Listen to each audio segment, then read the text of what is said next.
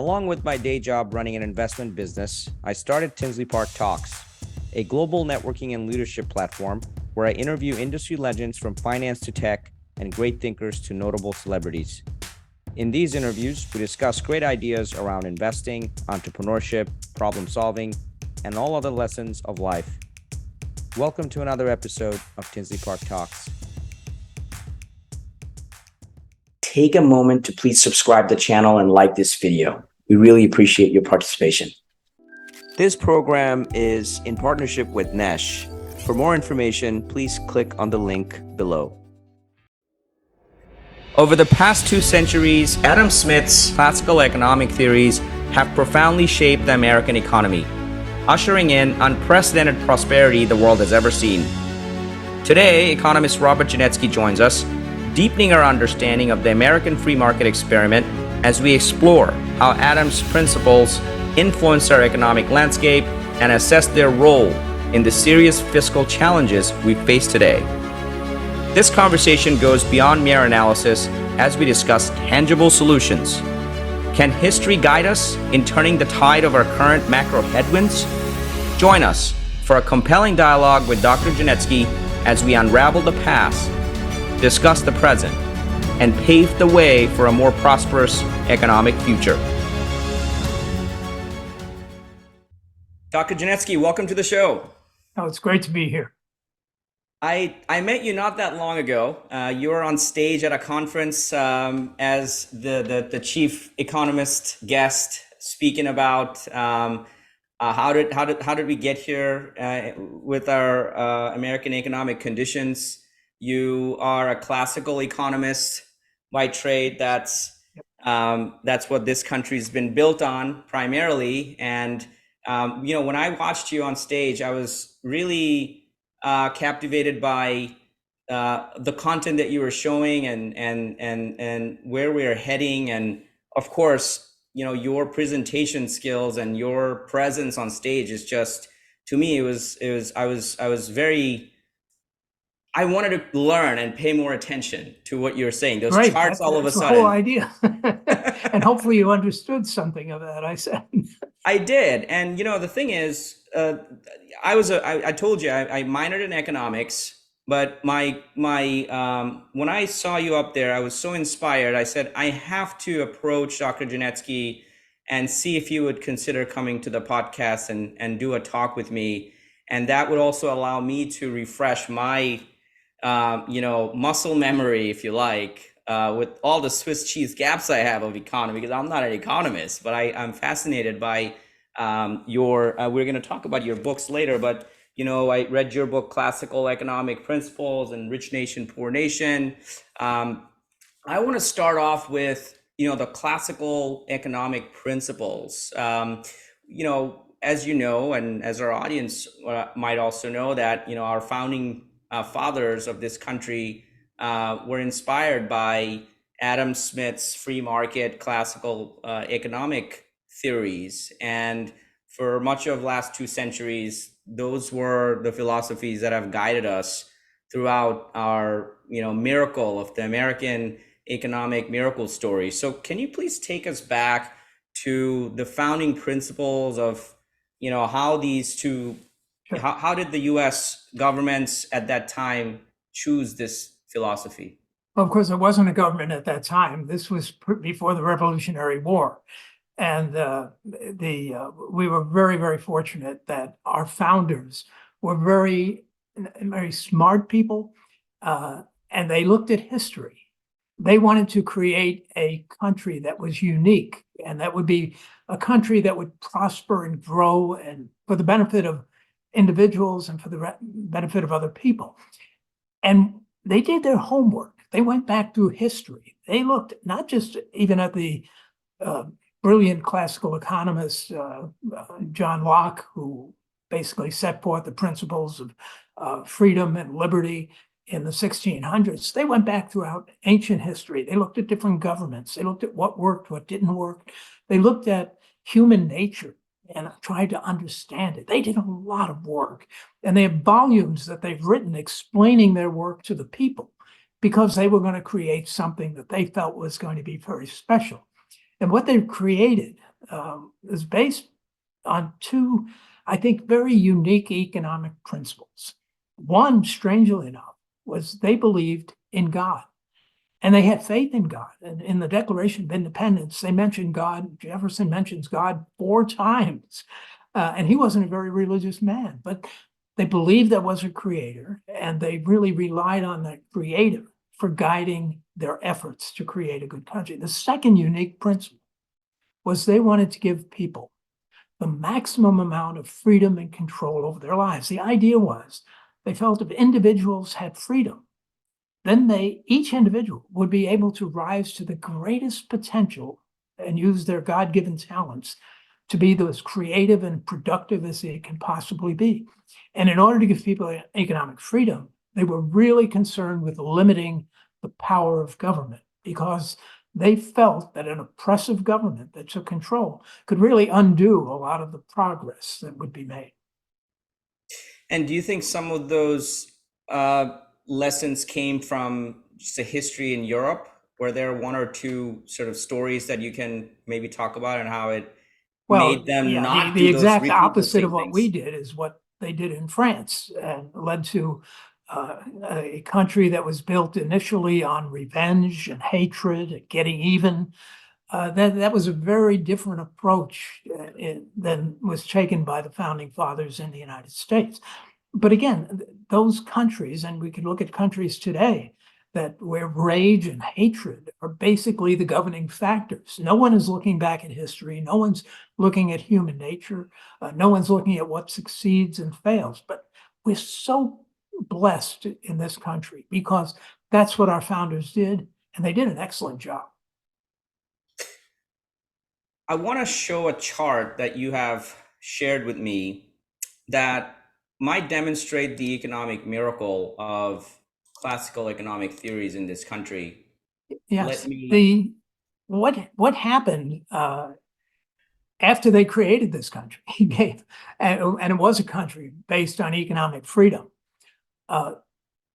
What we found was that people all over the world, as soon as they heard that there was a country where the government would not oppress them and where they could rise to their greatest potential, people flooded in here from all over the world.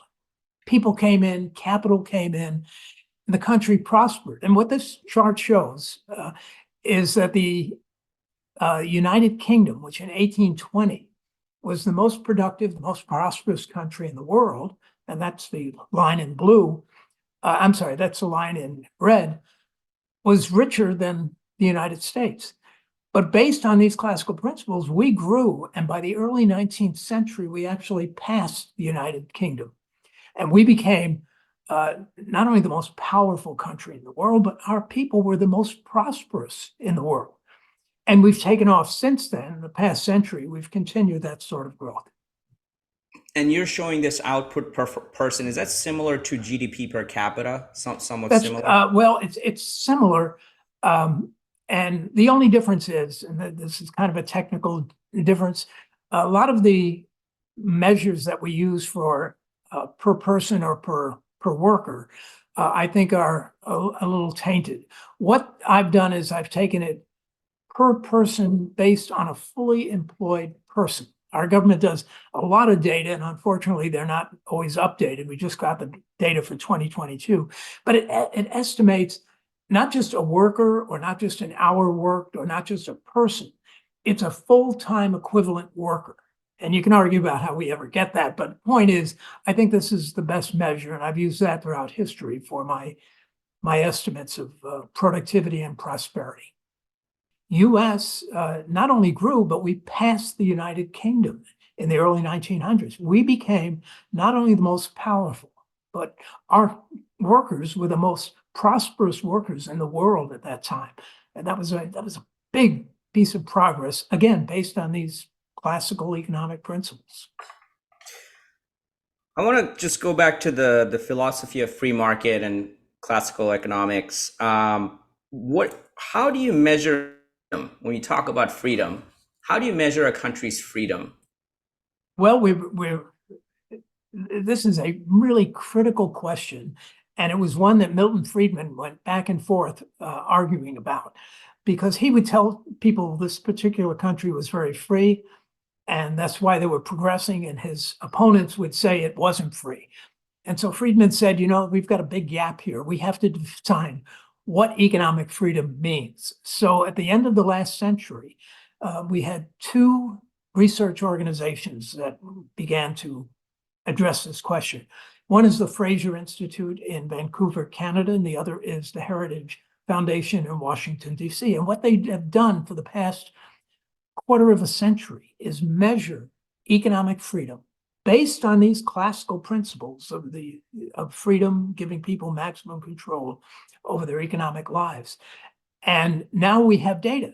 So we have just about every country in the world measured in freedom, and they measure based on essentially numbers 1 to 10, and 10 is the freest country in the world. There is no country today that is the freest country in the world measured as a 10. The highest measure we get in the real world is something like 8.6. And today that would be Singapore. They are considered to be the absolute freest country in the world. The US, in terms of economic freedom, has dropped. By one measure, we're number 5, and by another institution, we're number 25th now in the world in economic freedom. Now, the 25th measure is a little more recent than the 5 measure. And the point is, there's been a drop in economic freedom all over the world. Unfortunately, the US is no longer in the top 3 or 4. It's further down the line because of some of the policies that we've backed away from, which gave us that freedom rating. But the other thing is, Najib, in terms of these measures of economic freedom, we now know how countries perform, because with all this data collected over the past quarter century, the research organizations have looked at, well, what about the top 25% freest countries in the world? And what they find is that the higher the level of economic freedom, not only the more prosperity, but people are happier, they live longer lives, the healthcare is better, they have better political rights, they have better civil rights, they have better women's rights, and overall, indexes show that they're happier in those countries. As you go down the line in economic freedom, all of those good things deteriorate. And finally, when you get down to the last 25%, you have countries like sub-Saharan Africa and the Middle East, where you have just pitifully low living standards. And so, except for oil, of course, in the Middle East. But the point is, what has happened is Friedman's concept that economic freedom works, and the classical economist concept, it basically now has data to support it. So we know how to make a country richer. You simply give people more freedom. The people in control, of course, don't always see that as beneficial to them. The most important thing I think that people misconceive is a lot of people think that we have tremendous inequality of income here in the United States, and that we have to do something to level off that income. And there are two things here first. Even the poorest person in our country is so much better off in terms of income than the income of people in people where countries have less economic freedom. Now, it is true, and one of the negatives of being so prosperous is the more we grow and the more we prosper, the more it separates us from people at the bottom in the poorest countries. And that certainly disturbs people. But the solution is not to destroy the wealth that we have, but it's to spread that wealth. And the ability to do that is out there because of all of these measures of economic freedom. I mean, we know in detail what taxes do, what government spending does, and how it can harm the economy. And yet these countries that take control of people, don't give them the economic freedom, simply refuse to move in that direction. Well put. Great explanation. I want to go back to your background a little bit. In one of your books, the Classical Economic Principles, you mentioned your grandmother that moved to the U.S. Was it in the early 1900s from Ukraine? Exactly. She moved in, we think about 1910, and came to live with us. She lived in a big tenant downtown, and here she was, 80 years old, walking up 5 flights of stairs. And my mom and dad had her move into our house so that they could keep an eye on her.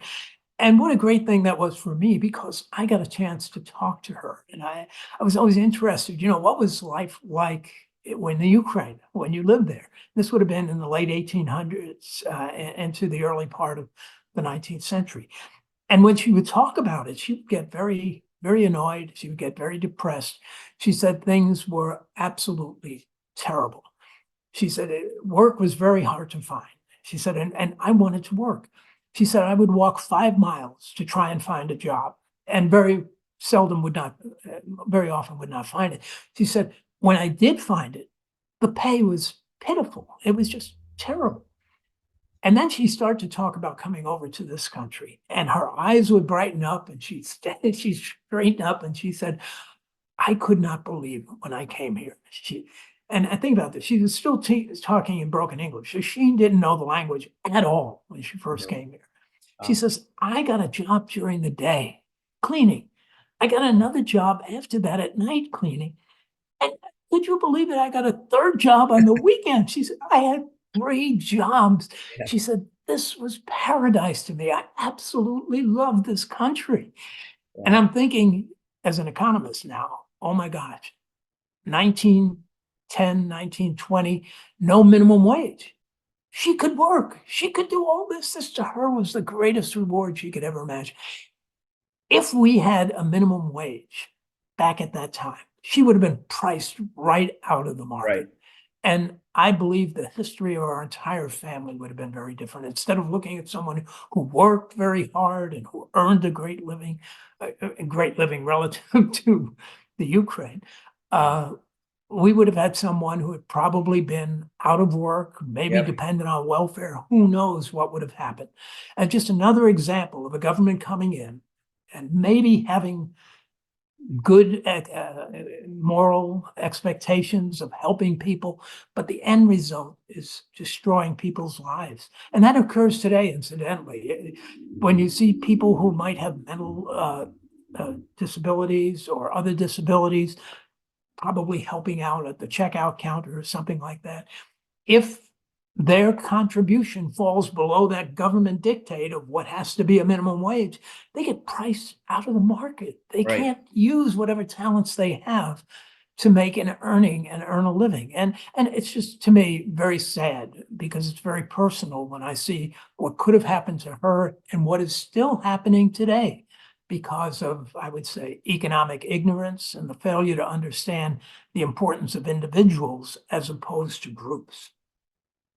Yeah, no, I read that in your book. And I mean, I think because of those experiences that you learned through your grandma, it inspired you to learn more about classical economics, and then you went on to getting a PhD from I wanted NYU. to know, why are people so Yeah. poor in some countries, and why are they better off in others? Right. And that I think I found that out. Dr. Genetski, take us back to your couple of decades at BMO, Harris Bank, which is now BMO Harris. How was that experience? What would you say were the biggest takeaways for you from that role? Well, I guess the biggest takeaways really came before going to Harris, and that was in graduate school. I had a very interesting situation. I had just gotten married. We moved to New York with my wife. I spent the whole summer building up enough money from savings and everything else to go 1 semester in graduate school at NYU. And it was a big gamble because we had no more money and NYU was expensive. So I had one chance to make it, 1 semester. And in that semester, I applied for a scholarship, the only way I could continue graduate school. And I was in an economic class with a fellow who had a different economic philosophy than mine. And he was teaching macroeconomics, Keynesian economics, where they draw pictures on the board. And I happened to raise my hand one time and told him what I thought was wrong with what he was showing everyone. And nothing much happened, but it turned out that when I tried to get my scholarship, they told me to go to teachers to get recommendations. And I went to him and I asked him if he would write a recommendation. He said, well, I have nothing to base it on. He said, but wait a minute. You had that question to me in that one class. He said, write a paper. Let me know in detail what you thought was wrong with that thing. So I Sure. wrote the paper, gave it to him. He made the recommendation. I got the scholarship and I was able to continue. Wow. Now, what's the takeaway? The takeaway, sometimes, of course, you don't want to irritate a Right. professor You don't want to. by challenging them. But I did it, of course, very gently. And what I did was I said, this is the way I would see it. And it was different. And he fortunately appreciated that. But it was kind of an important lesson. Going back to my time at Harris, I joined Harris, I think it was, 1971. Great period because Nixon, as soon as I came in, put price controls on the economy and everything was exploding. And our chief economist, a very famous economist at the time, Burl Sprinkle, had taken a vacation. And just as a researcher, I mean, there were other people in the economy above me to answer questions, but I thought that was a unique period. Well, I advanced pretty rapidly. By matter of fact, by the end of the decade, Sprinkle, who was writing his second book, asked me if I would co-author it. And I did, so I got to write at least half of my first book with him. And that was called Winning with Money, A Guide for Your Future. Massive book, which I still refer to because we had all historical history of markets, financial and real. And then he came to me, it was late 1980. Reagan had just won the election at that time. He came to me and he said, hey, Bob, I'm considering, I'm getting an offer to join the Reagan administration.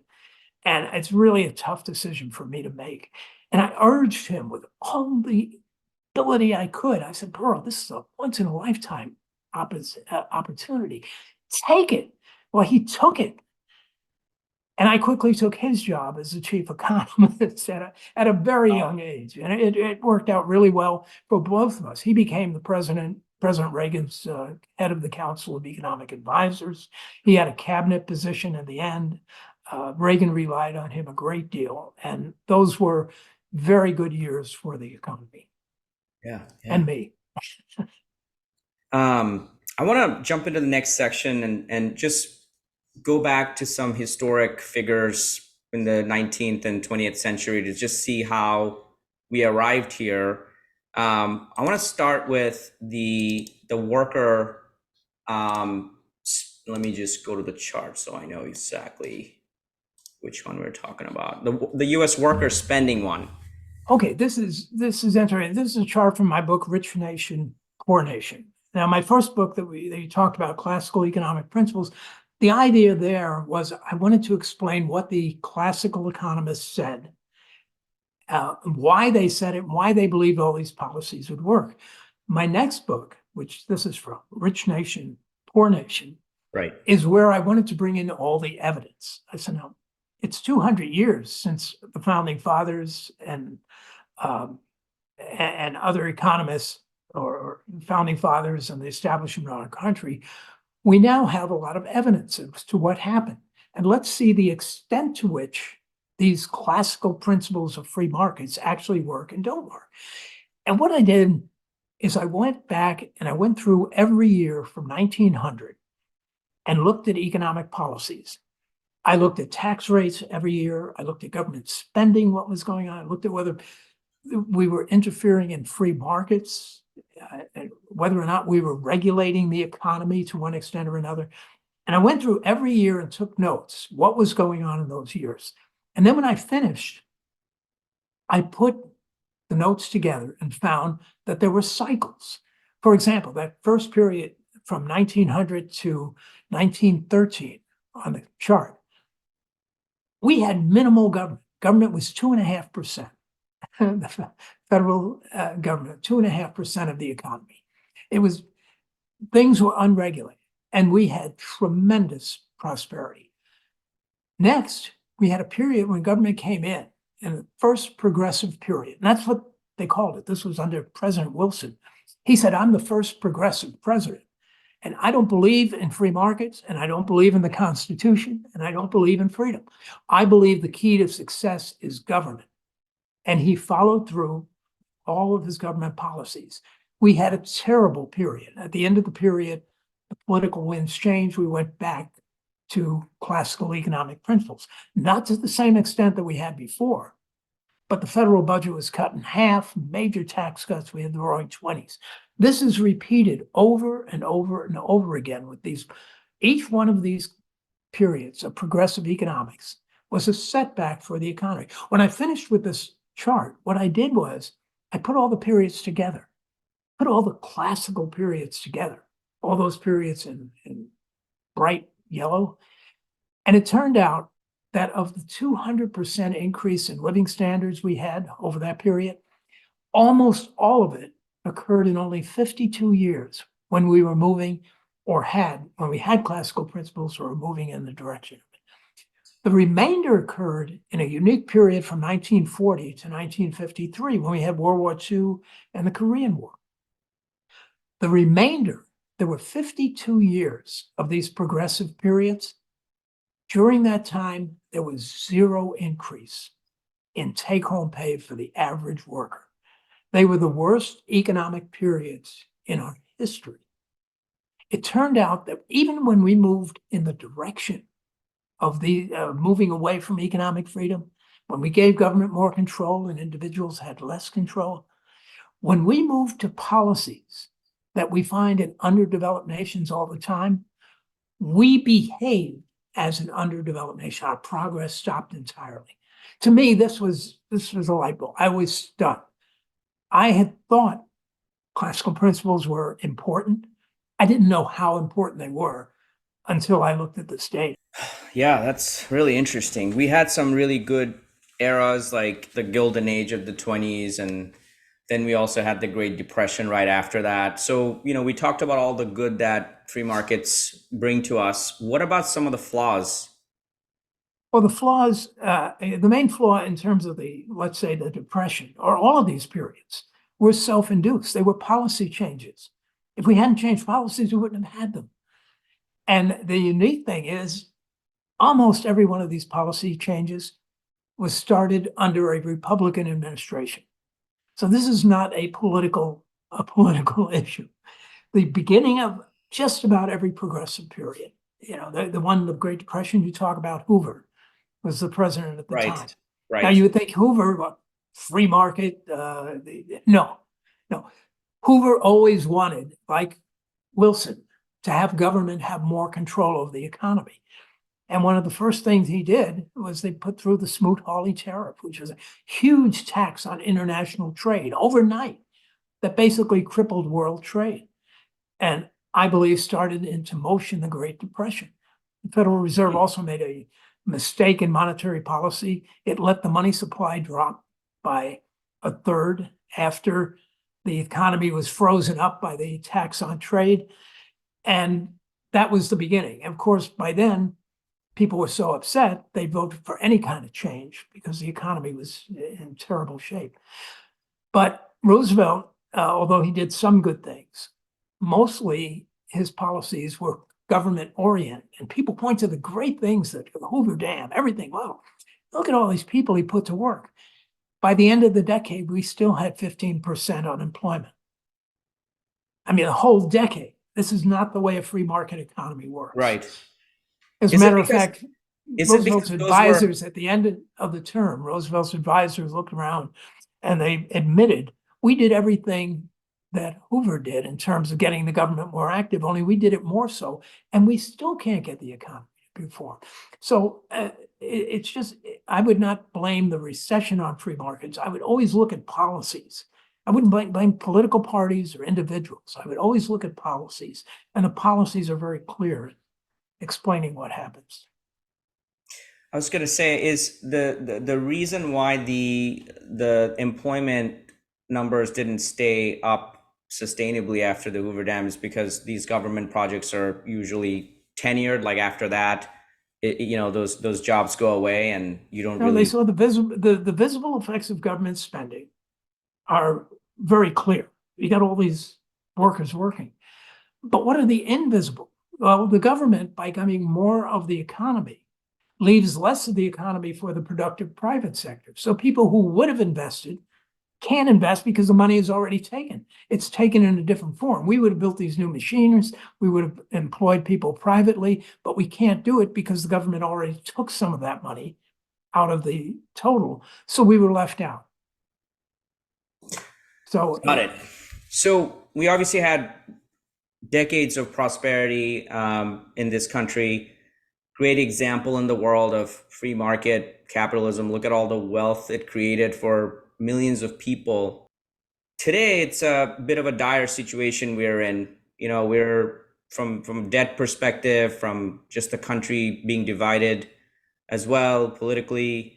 Our interest burdens are just increasing at rates that just seems unfathomable how we're going to manage it. I want to just kind of ask us to help us understand how we got here. okay, if we can look at this chart that we have, the next, I sent you a chart on the period from 2000 to the current period. It's on workers' wages. Bam, there you go. Yeah, that's it, worker take-home pay. I want to set the stage for where the economy is today, and I want to go back, and we're not going to go back to the other chart, but there was another more complicated chart that showed you the whole history of the progressive periods. What I've done is I've blown that chart up, so we're looking at just the current period, and we're looking only at the measure of take-home pay of the average worker. These are workers, full-time workers, what they got to take home after all taxes were taken out. And what it shows is that that last progressive period was another one where government came in. Remember, after the financial crisis, the government took control of an awful lot of things. And during that period, on balance, take-home pay did nothing. Now, what I did, and this is just recent, it's not in my book because I was able to update it. What we see here is take-home pay rising very rapidly in the period from 2015 to 2019. And these are annual figures that actually rose right up into the beginning of 2020 when COVID came.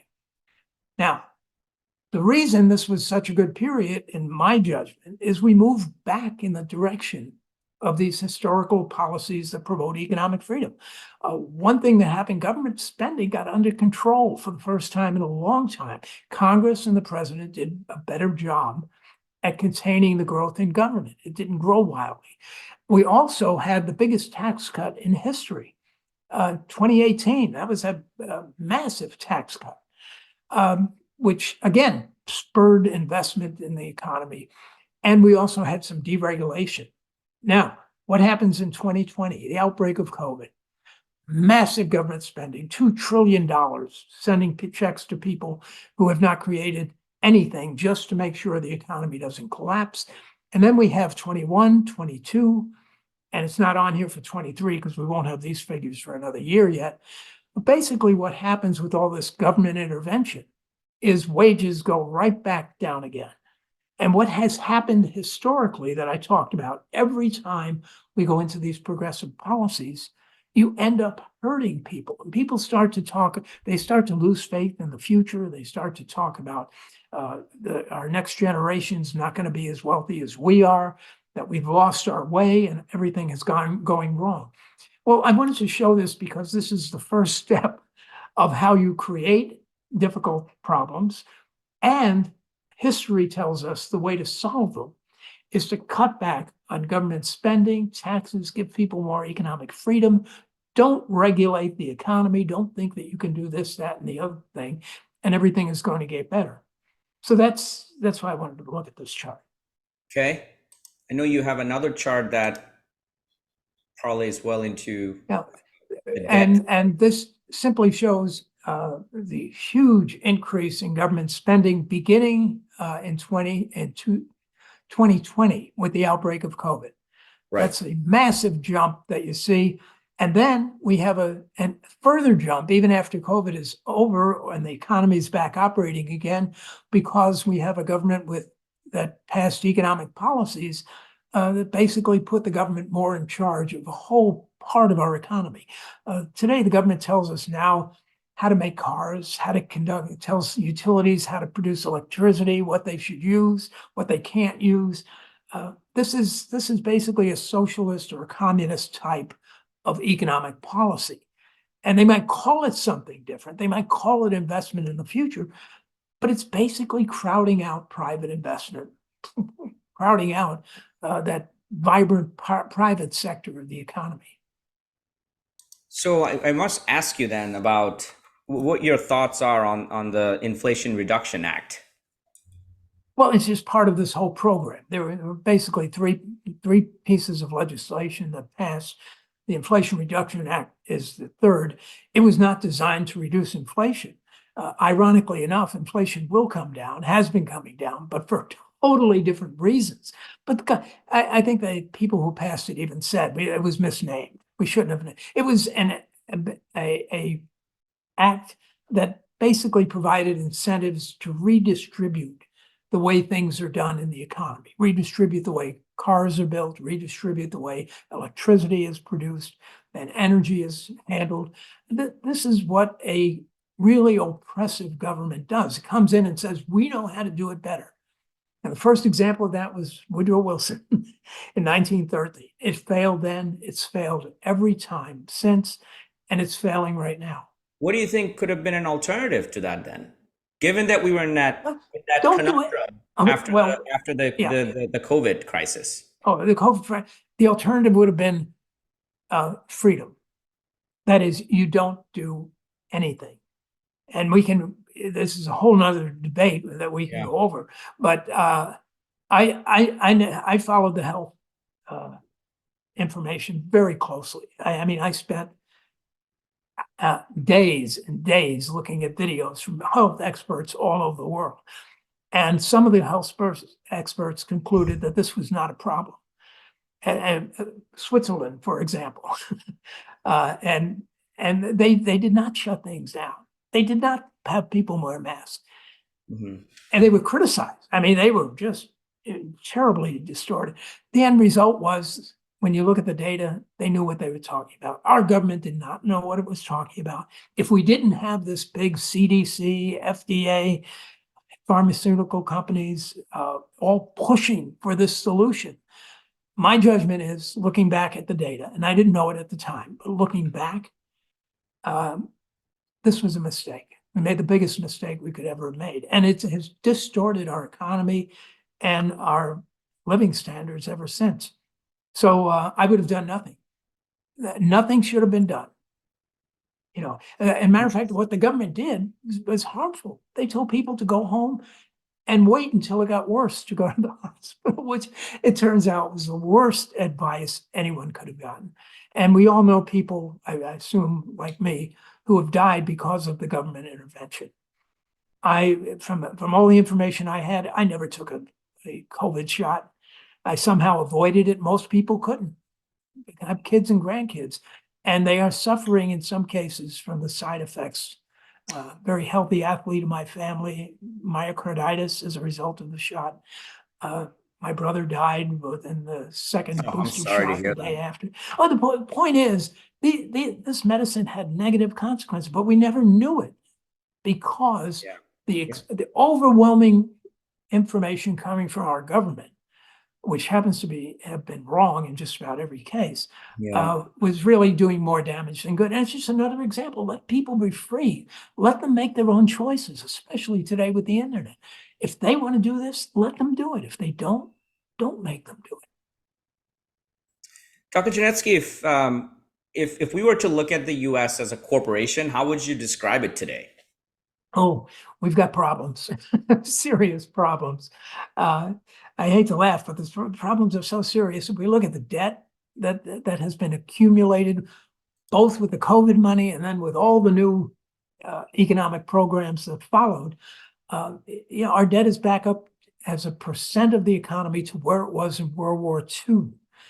And I think we have a chart about that. World War II, we had 100%. We were just on this. Is this the one we should show, or should we show? Yeah, that's no. You got it right. Okay. Yep. Yeah, there's the public debt held. There's the federal debt held by the public. Most debt figures include all debt, which our government holds much debt. The Federal Reserve holds much of our debt, but this Right. includes the debt that's held by us, the public, as well as all foreign countries, citizens and foreign banks and whatever. Right. And we're now close to 100% of our GDP. And what are the consequences of Isn't that? it? I thought it was 126% of Well, our that's GDP. if you include the debt that the government holds.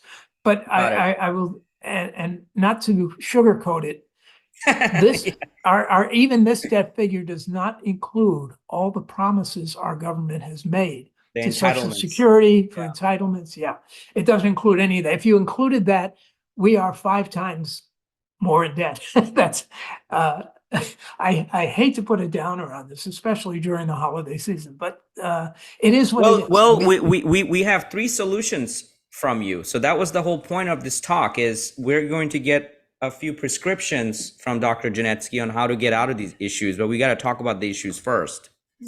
Right, right. And what has happened and is becoming more and more apparent is that the interest on this debt has been exploding upward. As a matter of fact, a year ago, this is before the last, and this is a great chart that shows it, our interest payments on the debt exceeded our defense budget by a lot. And now we're adding another $1.5 trillion to $2 trillion in debt this year. And the interest payments that we're paying on the old debt, as well as the new, is up about 5% instead of the 1% to 2% that we were paying before. And that's why this line, and it's just a forecast, but it's why it explodes upward.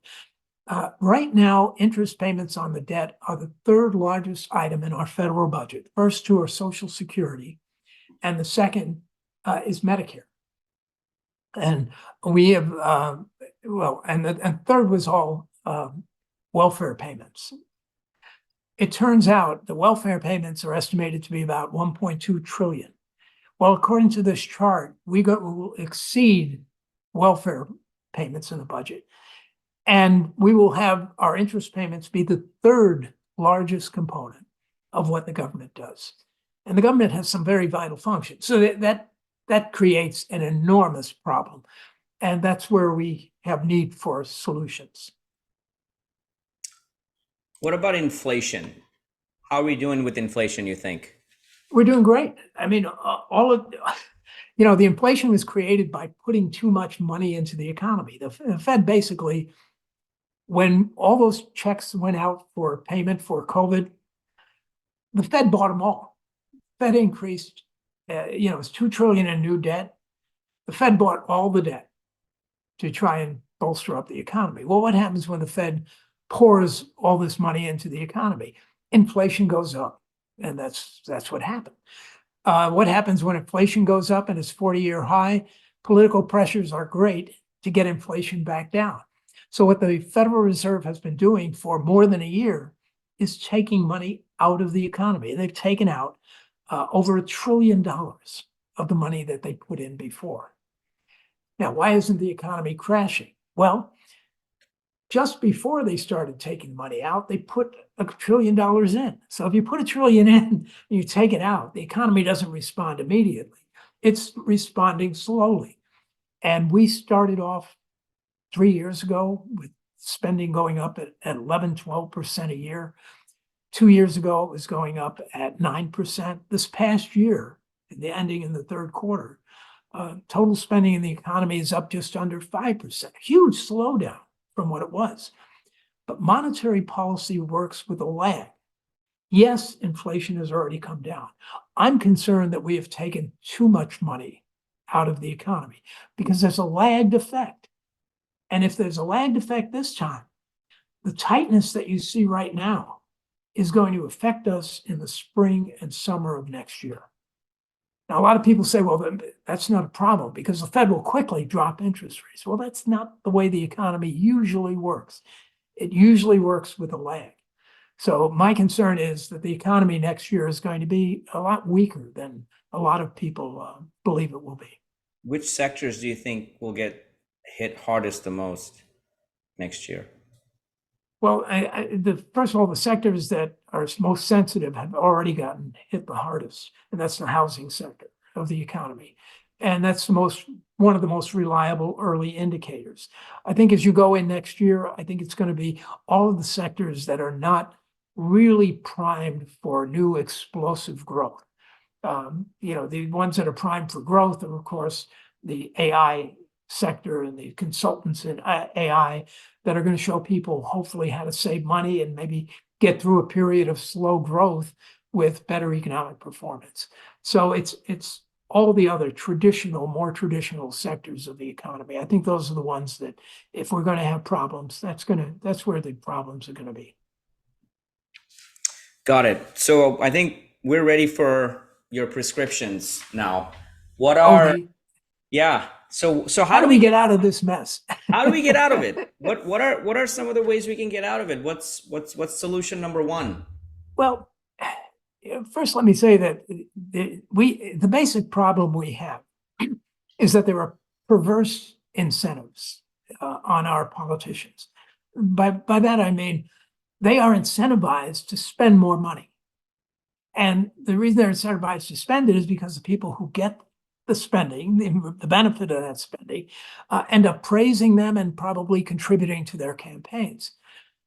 They are incentivized not to cut spending. Because if you cut spending, what happens? You hurt people. And those people become your enemy and they try to get you out of office.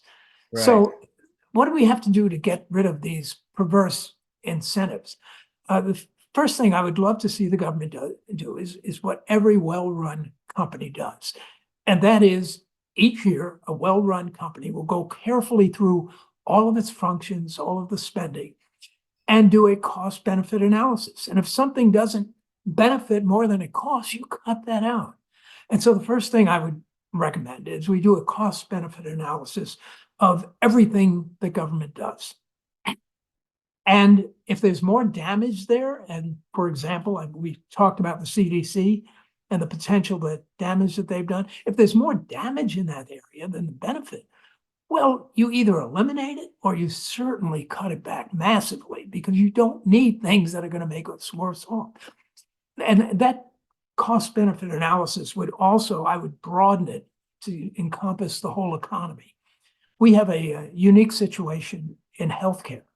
We have the most inefficient, wasteful healthcare system of just about any country in the world. And the reason why is the same reason things get messed up in the economy. It's not a sector that's run based on economic freedom and classical economic principles and market pressures. The private sector does a great job because it responds to those pressures if the government will let it.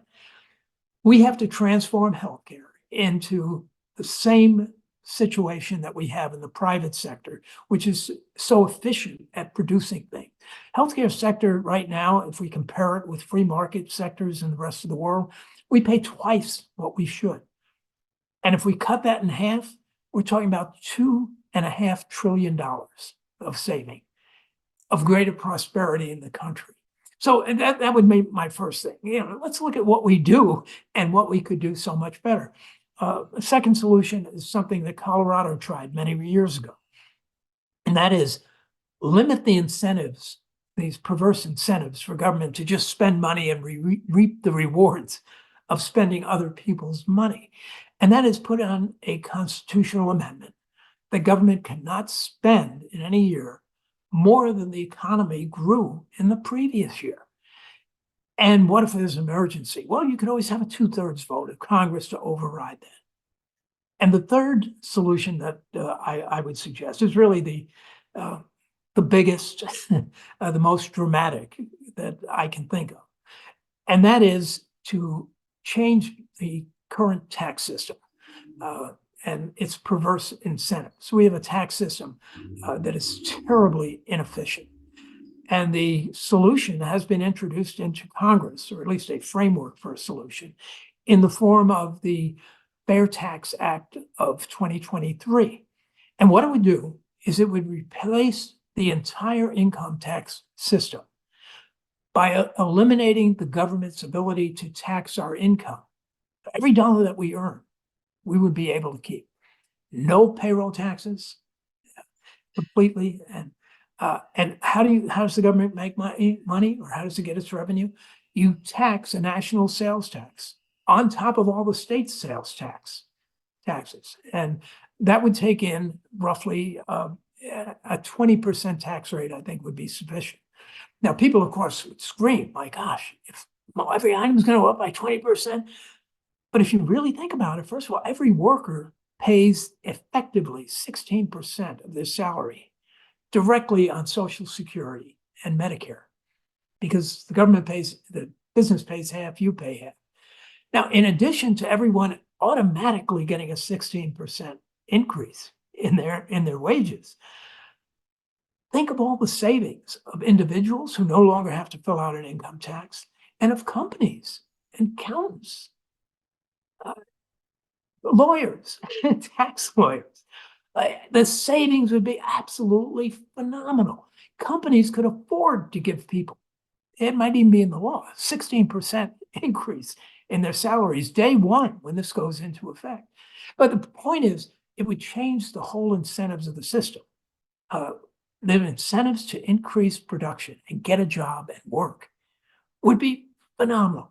It wouldn't be tied to any welfare program. Every dollar you earn, you got to keep to spend it on anything you want.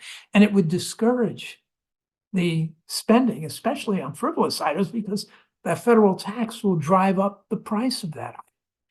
Now, people in this country don't, for the most part, are very leery of any major change. You always want to, I may get hurt by that change. Well, yes, some people will be hurt. Some people will be helped. The point is, this is a dramatic, bold solution that would have all the incentives of freedom and classical principles, government transparency, everything you'd like to see, working to our benefit. And when you have that, a country could not help but to just explode upward in terms of growth, prosperity. And again, just as we did in the 20th century, we would see spectacular growth during periods where we follow economic freedom, classical economic principles. I just have one last question for you. Oh, what? Do you think we can get back to where we used to be in that promised land again? Oh, yeah. Oh, yeah. It's always up to the public. And the interesting thing about the founding fathers is they knew they were creating a challenge. And the biggest obstacle they saw to that challenge was the education of the people. They said, if you put the people in charge, you better have an educated public, because if you don't, you're not going to get these things accomplished. And so it's always education. And of course, that's what we do as economists. We try to educate. Some of us do it one way, another way. But basically, I think when you look at the evidence for economic freedom and how important it is for a healthy economy, a healthy country, I think most people would come on and agree with economic freedom. And there are the solutions that will get us back there.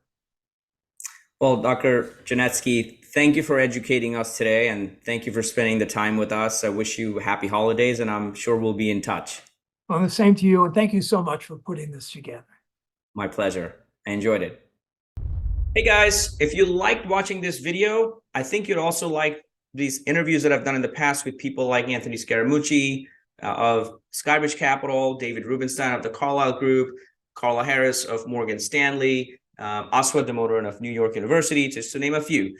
We appreciate your participation, and we love the likes and subscribe that you do to the channel, because it only helps us grow and create more content for you. So hope we can continue to do that. And we love having you back, and see you soon.